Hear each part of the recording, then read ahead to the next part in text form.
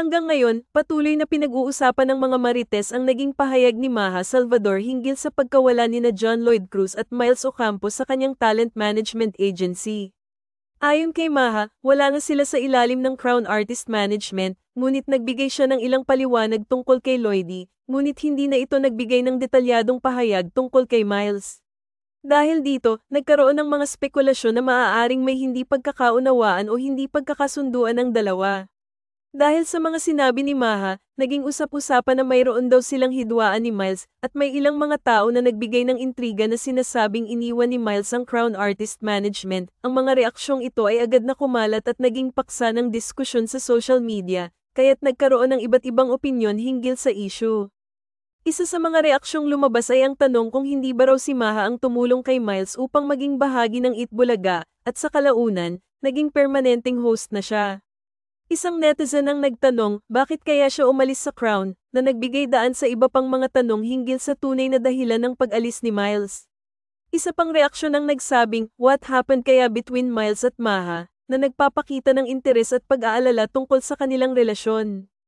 May mga tagahanga naman na umaasa na magkaibigan pa rin sila Maha at Miles, na may ilang nagbahagi ng kanilang saloobin, tulad ng isang netizen na nagsabing, I hope Miles and Maha are still friends. Ang hirap naman ng ganyan, na nagpapatunay ng kanilang malasakit sa dalawa. Mayroon ding nagkomento, to be honest, wala rin sumikat sa Crown Artist aside kay Maha, na may pagkakatulad sa opinyon ng ilang tao na si Maha lamang ang talagang nagtagumpay sa ilalim ng pamamahala ng Crown. Isang reaksyon naman ang nagpaliwanag ng posibilidad ng pag-alis ni Miles sa Crown Artist Management. Ayon sa isang netizen, probably hindi na-align yung values, goals ni Miles sa management niya or she's seeking career growth or more control sa schedule niya, etc. Just because she not under the management anymore, hindi naman ibig sabihin na may bad blood agad sila ni Maha. Ipinakita nito ang isang mas makatarungang pananaw na hindi nangangahulugang may hindi magandang relasyon ang dalawa, at maaaring isang personal na desisyon ni Miles ang pag-alis. Isang netizen din ang nagbigay ng kanyang opinyon na si Maha ang naging dahilan kung bakit napasama si Miles sa Itbulaga, at siya pa ang nagpasimula ng pagkakataon para sa aktres.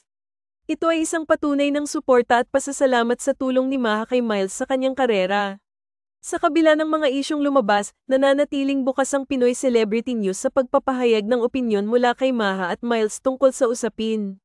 Wala pang opisyal na pahayag mula sa kanilang panig, kaya't hindi pa malinaw kung ano ang tunay na nangyari sa kanilang relasyon, ngunit ang mga usap-usapan at intriga ay patuloy na naglalabas ng interes mula sa kanilang mga tagahanga at mga netizen. Sa ngayon, inaasahan ng marami na magkakaroon ng linaw ang isyong ito sa mga susunod na araw, at makikita natin kung paano nila haharapin ang mga usaping ito.